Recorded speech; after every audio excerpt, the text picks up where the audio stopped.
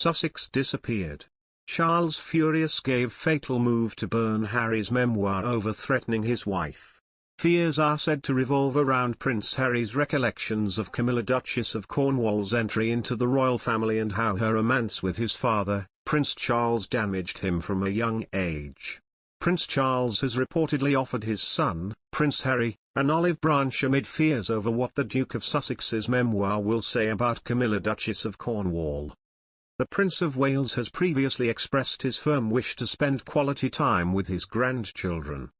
He has not seen Archie since he was 6 months old and has never met the Duke and Duchess of Sussex's baby daughter, Lilibet Diana, who was born in June.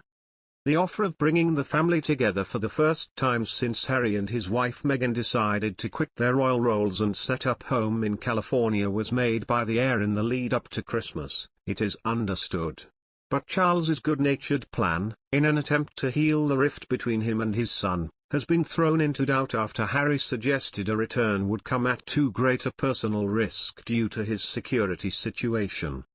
Now, the reports that sources have claimed there are fears over the reputational damage Harry's forthcoming book could cause.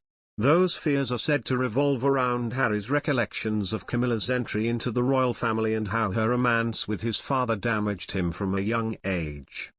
The source said, Harry is fiercely loyal and protective of his late mother and her legacy, and didn't approve of Camilla sweeping in as the great love of his father's life.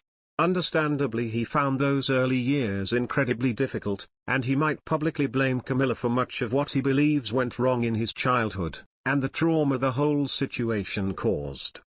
Charles is deeply protective of Camilla. The last thing he needs, especially in a year of celebration that should be all about the Queen, is an excoriating takedown of Camilla at a time when people have finally taken her to their hearts. For most, a life before Queen Elizabeth II is beyond memory as Buckingham Palace gears up to celebrate her Platinum Jubilee this year. But waiting in the wings is her son, Prince Charles, who became the longest-serving Prince of Wales in 2017, after he broke the previous record held by Edward VII.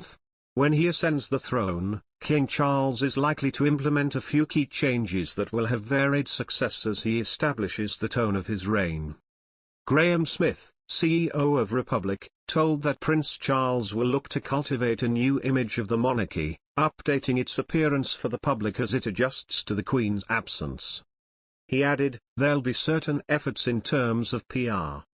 I think there'll be two things it will do, one of which will be fairly popular. Charles said that he wants to open up the palaces, and maybe not live in Buckingham Palace, to let that be open all year round. They should have done that years ago, and it shouldn't be his decision to make, but if he does that, then, great. Prince Charles's intentions to slim down the monarchy have long been reported, with the royal residences figuring into his calculations. A friend of the Prince of Wales told the Mail on Sunday in October, the property question is on the to-do list. They added, the Prince of Wales strongly believes that these places have got to deliver something for the public beyond just being somewhere for members of the royal family to live. Everything is seen through the lens of the question, what value is this offering to the public? Everybody recognizes it makes no sense to run so many residences, but if you give them up entirely you will never get them back when Prince George and the younger royals grow up and need somewhere to live. Charles's personal friend said, despite what everybody thinks about him not wanting to live there, he will certainly have accommodation there, but it will be a much more modest flat above the shop situation akin to that of the Prime Minister at Downing Street.